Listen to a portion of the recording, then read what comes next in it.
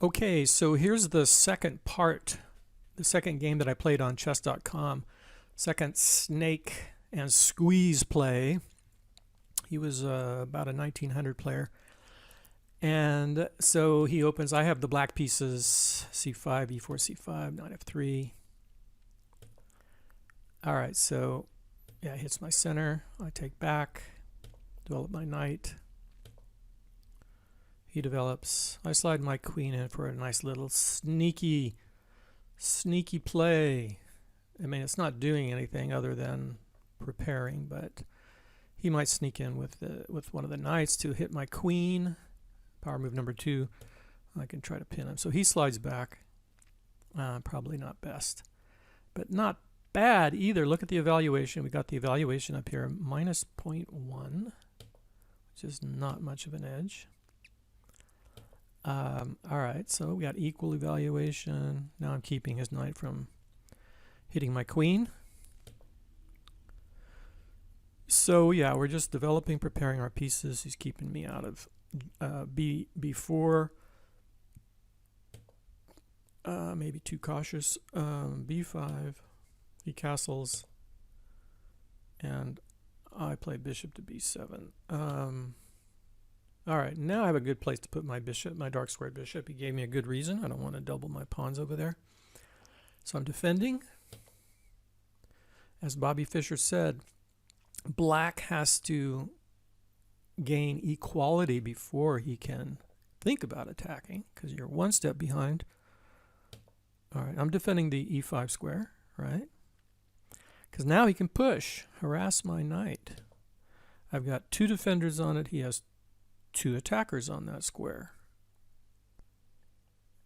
And now he's got 3 attackers on that square. Notice the evaluation. It's interesting. It's 0.8.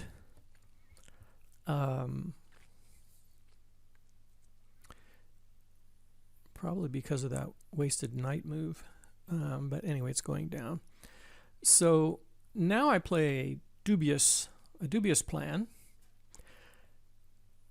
This was my thinking. You know, he's dominating that square now, and everything else looks kind of equal. I don't really have a good plan. I mean, the bishop's defending c2, the queen's defending c2. I thought about bringing my rook here, but we'll get to the point where this becomes truly instructional in the squeeze section. But in the tension section, you know, also, you know, games become very tense, and you don't know what to do, and I'll try and give you some guidance there and those moments, which almost every game contains. But all right, so there's my dubious move. Okay, I have a minus 0.6 evaluation here, which isn't, you know, we can't trust it. It's going to go up. But now I come in, and it pops up a little bit for white. But that's not enough for it to be a winning advantage, right? So, you know, I'm sticking with my crazy plan. Now let's look at the evaluation. So semi-equal. I get the open D file. We both have the open D file. But at least he's not getting e5. You see, I was just being stubborn. I did not want him to push the pawn to e5. I had a reason. All right. And now look, see, this is the whole thing. In equal positions, you know, Magnus Carlsen is really the champ of this. I mean, he in, you know, a lot of, you remember, look, the game starts out equal, right? So if both sides are playing well, then, you know, the game's going to continue to be fairly equal. So, but all it takes is one little move to change the tide. Look at that. It really, look at the not rating, but the evaluation, minus point, right? 1 point something, right? 6. All right. So far so good. The plan paid off. All right, now I'm going on some cockamamie attack, but I have a reason. I just want to open up. I realized that I could check him and get that pawn and open the B file and hit that undefended pawn. But he's winning now, right? Look at the evaluation. Computer didn't like that plan. It's not losing yet. Maybe in the hands of a grandmaster. Well, all right. I can't really take that pawn. You know why? Because my bishop's undefended. If I take it, that's why he defended the knight. Otherwise, that knight would be hanging and, tit for tat. So I see that, and I don't take it. Now I'm getting rid of my bad bishop because I have a pawn on a dark square, so his mobility is limited. And so he takes, I take with check. It's still a tough game. You see, that's the whole thing. You want to get into a position that's tense and tough. Give your opponent decisions to make, and he might make the wrong decision. So I avoid that because now I'm back to that other plan. I could take the pawn and the knight would be hanging for a move.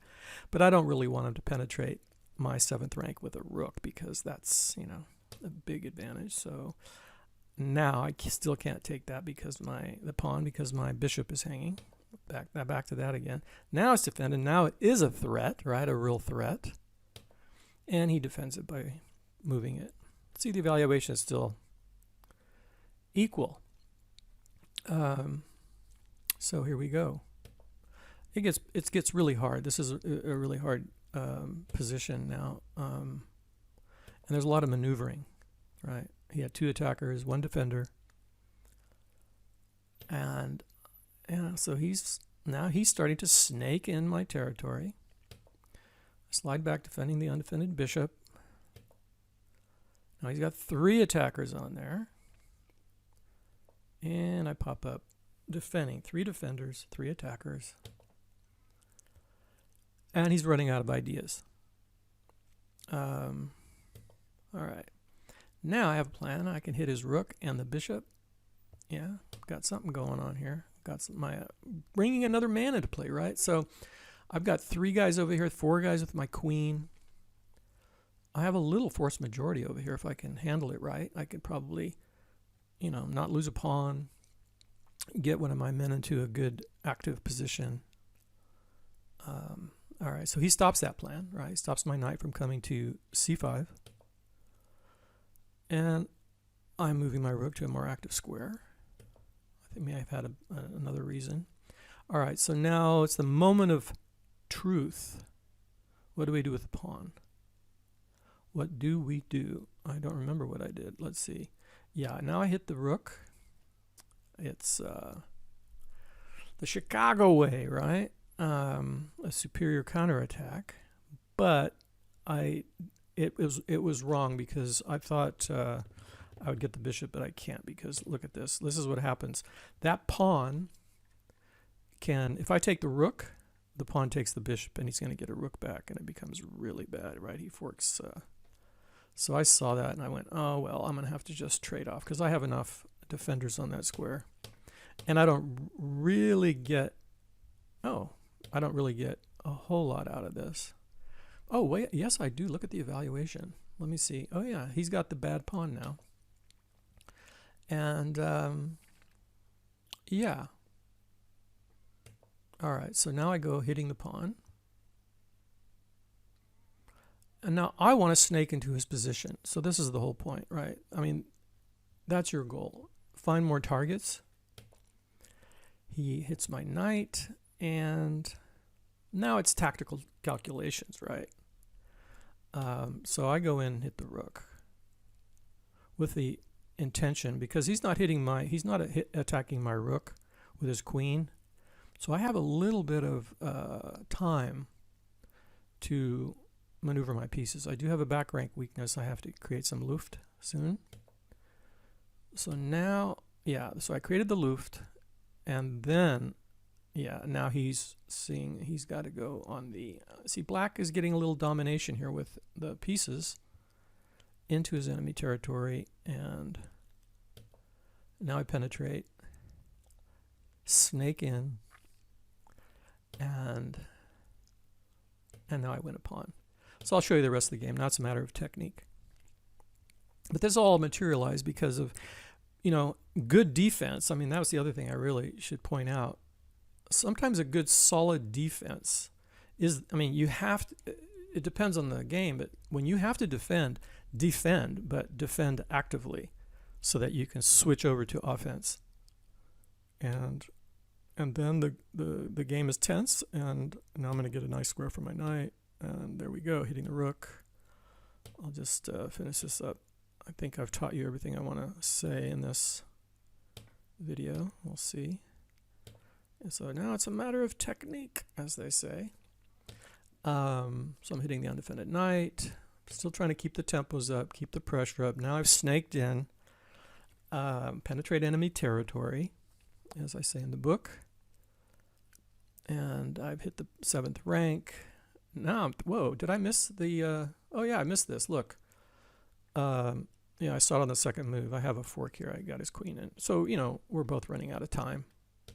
I missed that. Now oh, I still have it. Yeah, now I get it. And game over. Boom. Yeah.